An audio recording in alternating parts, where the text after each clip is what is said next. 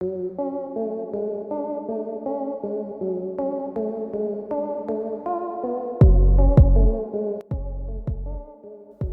क्या कभी आपने सोचा है जिन दवाइयों को खाकर आप खुद को ठीक करने की कोशिश करते हैं वो आखिर फैक्ट्रियों में किस तरह बनकर तैयार होती है? और क्या कैप्सूल के अंदर सुअर और सांड का मांस होता है? जी हाँ, आप लोगों ने अब तक बहुत सी चीजों का फैक्ट्री मेकिंग प्रोसेस देखा होगा, लेकिन आज के इस वीडियो में हम आपको जो दिखाने वाले हैं उसे देखकर आप सोच में पड़ जाएंगे, अच्छा दवाइयाँ इस तरह बनती है।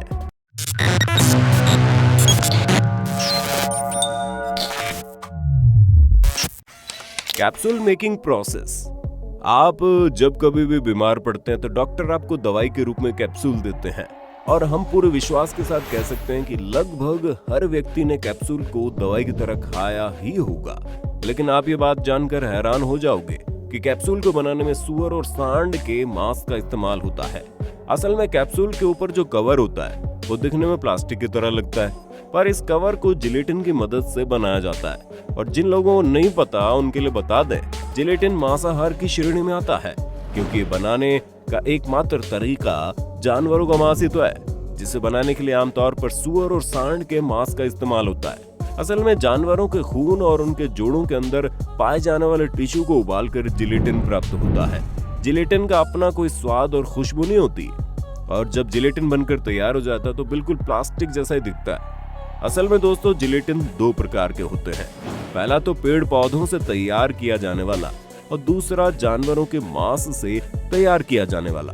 अब जो पेड़ पौधों से तैयार किया जाने वाला जिलेटिन होता है वो बड़ा महंगा होता है। ये जो जिलेटिन है वो कैप्सूल के दाम को 4 से 5 गुना बढ़ा देता है, और इसी वजह से कंपनियां ज्यादातर जानवरों से प्राप्त सस्ते जिलेटिन का उपयोग करती है। अब कौन सा कैप्सूल जानवरों के मांस से तैयार हुआ है, इसे पहचानने का एक बहुत ही सरल तरीका है। असल में जिस कैप्सूल के पैकेट के ऊपर हार्ड जिलेटिन लिखा है वो कैप्सूल जानवरों के खून और मांस से तैयार होते हैं। दोस्तों, फैक्ट्री में कैप्सूल बनाने के लिए सबसे पहले तो कंपनियां कैप्सूल के कवर को तैयार करती हैं, जिन्हें तैयार करने के लिए कंपनियां सबसे पहले जानवरों के खून और जानवरों की हड्डियों के अंदर मौजूद उनके प्रोटीन और टिश्यू को निकालकर उन्हें उबालती है, और फिर जिस कलर का कैप्सूल बनाना होता है उस कलर को मिलाकर एक लिक्विड तैयार करते हैं, और फिर कैप्सूल की तरह दिखने वाले सांचों को लिक्विड में डुबोया जाता है, ताकि सांचों के ऊपर ये लिक्विड चिपकने के बाद ये कैप्सूल के कवर का रूप ले ले। और दोस्तों, इस तरह से कैप्सूल के कवर बड़ी आसानी से बनकर तैयार हो जाते हैं। और जब कैप्सूल के कवर बनकर तैयार हो जाते हैं तो इनके अंदर दवाई के पाउडर को डाला जाता है। कई बार जो दवाइयाँ होती है वो पाउडर में ना होकर छोटे छोटे दानों में होती है, जिन्हें कैप्सूल के अंदर डालकर मशीनों की मदद से कैप्सूल के ऊपर वाले कवर और नीचे वाले कवर को अच्छी तरह से बंद करके पूरी तरह से कैप्सूल तैयार किया जाता है। और फिर अंत में बहुत ही सावधानी पूर्वक कैप्सूल को पैक करके मार्केट में बीमार इंसानों का इलाज करने के लिए भेज देते हैं। Fake milk making process. दोस्तों, कैप्सूल कैसे बनता है ये तो आप देख चुके। अब बारी है नकली दूध की, क्योंकि आज के समय में जब कभी भी हम दूध पीते हैं तो हमें ऐसा लगता है कि दूध हमारे शरीर में फायदा पहुंचाएगा, पर दूध फायदा तब पहुंचाता है जब वो असली हो। अगर आप नकली दूध का सेवन करते हैं तो कान उल्टी भी पड़ सकती है। इसलिए किसी भी इंसान पर भरोसा करना सही नहीं है। जहां लोग कुछ पैसों के लिए हम इंसानों की जिंदगी से खेलने में कोई कसर नहीं छोड़ते, और दूध की आड़ में एक से बढ़कर एक जहरीला प्रोडक्ट बेचते हैं। ये जो नकली दूध बनाने का काम है, इसे कुछ फर्जी कंपनी वाले या फिर 2 नंबर का काम करने वाले लोग करते हैं। ऐसे में जानना बहुत जरूरी है कि आपके द्वारा पिया जाने वाला दूध असली है या नकली। असल में दोस्तों, नकली दूध को तैयार करने के कई तरीके हैं, जिनमें से एक में तो बड़े से बर्तन को चारों तरफ अरंडी का तेल लगाया जाता है, ताकि दूध के अंदर खूब सारा झाग पैदा हो जाए। जब झाग बनने लगता है तो उसके अंदर सोडियम हाइड्रोक्साइड और न्यूट्रलाइजर को डाला जाता है। फिर दूध को सफेद रंग देने के लिए इसमें कलर मिलाते हैं, और दूध जैसा स्वाद देने के लिए इसमें बहुत से सस्ते फ्लेवर को मिलाते हैं। यानी कि दूध के नाम पर एक से बढ़कर एक केमिकल वाली चीजें आपको पिलाई जा रही है भाई। इसमें पानी को डालते ही नकली दूध पूरी तरह से बनकर तैयार हो जाता है, और इसके बनने के बाद इसे देखकर या फिर पीकर कोई कह नहीं सकता कि ये नकली दूध है या फिर असली दूध है। और आप चिंता मत करो, क्योंकि अगर आपको अपने दूध को लेकर चिंता है तो आप घर पर ही उसकी पहचान कर सकते हैं। जहां अगर दूध में उबाल आ जाए तो उसका रंग हल्का सा पीला पड़ जाता है, या फिर दूध को उबालने के बाद जब झाग आ जाता है तो उसमें बहुत से छोटे छोटे सफेद रंग के फुटके देखने को मिलते हैं, क्योंकि नकली दूध को बनाने में जिस पाउडर का इस्तेमाल होता है वो पाउडर दूध में उबाल आने के बाद छोटी छोटी सफेद गोलियों का रूप ले लेता है। नकली दूध को पहचानने का एक ये भी तरीका है कि जब आप नकली दूध पीते हैं तो आपको अजीब सा महसूस होने लगता है, यानी अगर आपको दूध के स्वाद में हल्का सा भी बदलाव दिखे तो तुरंत सावधान हो जाओ। इसके अलावा भी दूध में अगर एक्स्ट्रा झाग बन रहा है, वो झाग नमकीन स्वाद दे रहा है, तब भी आप ये समझ जाओ कि दूध मिलावटी है, जिससे बचे रहने में आपकी भलाई है। Sprite making process.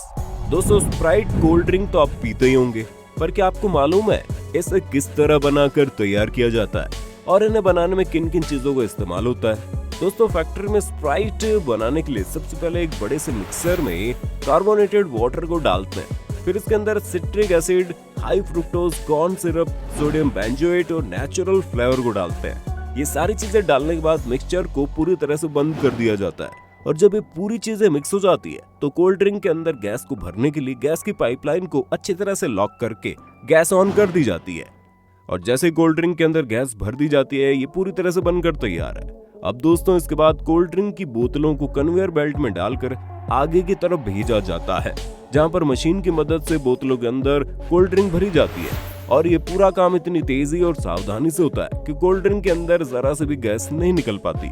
जिसके बाद बोतलों के ऊपर ढक्कन लगाकर कोल्ड ड्रिंक के ऊपर कंपनी का लेबल चिपका दिया जाता है, और फिर आखिर में इन स्प्राइट की बोतलों को पैक करके मार्केट में बेचने के लिए भेज देते हैं। Fake vegetables making process.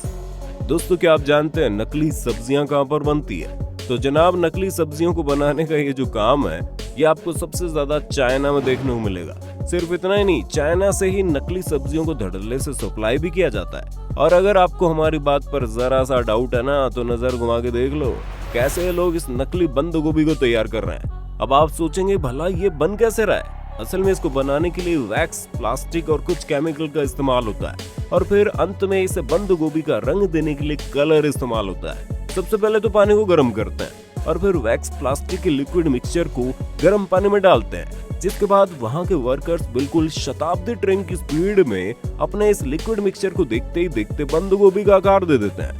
आप देख सकते हैं कैसे आदमी बंद गोभी के निचले और ऊपरी हिस्से को अच्छी तरह से तैयार कर रहा है, जिसे देखकर एक पल के लिए भी नहीं लगता कि नकली बंद गोभी बनी है।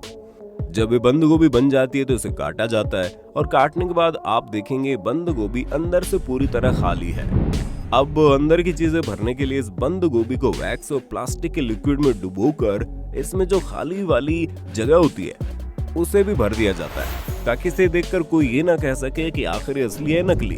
आप खुद ही बताइए, क्या आपको ये बंद गोभी कहीं से नकली लग रही है? क्योंकि हमारे लिए तो इसे देखकर पहचान पाना बड़ा मुश्किल है। Chocolate making process. अब जब इतनी सारी चीजों की बात हो रही है तो भला चॉकलेट को कैसे पीछे छोड़ा जा सकता है, क्योंकि इसका नाम सुनकर ही लोगों के मुंह में पानी आ जाता है।